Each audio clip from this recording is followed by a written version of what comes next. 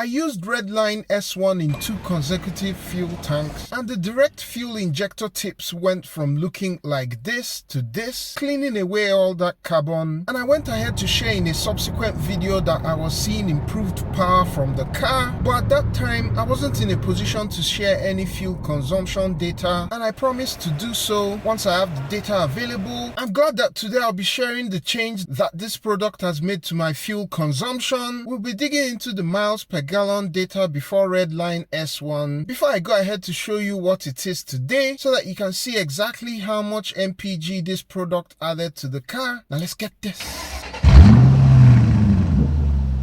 Just to know that this video isn't sponsored, none of my fuel additive cleaning videos is sponsored by any of the manufacturers of the product. I bought all these with my money, and I'm going to be keeping it that way. I'll soon be sharing details for how to enter the big 2025 scan tool giveaway, so be sure to subscribe so you don't miss that. It should be the biggest scanner giveaway that I've done on the channel to date. In case you're just joining us, car is my 2017 Honda Accord with 97,000 miles on the clock. Now let's dig into some historic fuel economy or consumption data. The second and the third previous drives are the 2 last fill-ups that I did before using Redline S1. You can see that for the second one, I averaged an MPG of 24.5 over 381 miles, and while for the third, that was 25 MPG over 208 miles. The first previous drive represents the 2 fill-ups where I added a bottle of Redline S1 to each fill-up. The MPG for that whole run was 23, and this is something I've noticed from experience. That tank of gas with the cleaner usually experiences a dip in MPG. I'm not sure why this is so, probably because of all the carbon buildup that's being cleaned out interfering with the combustion process. And so discounting this first previous drive, let's go ahead and average the 2 fill-ups before using Redline S1, and that gives us an average of 24.75 MPG. Keep this number handy because we're going to be comparing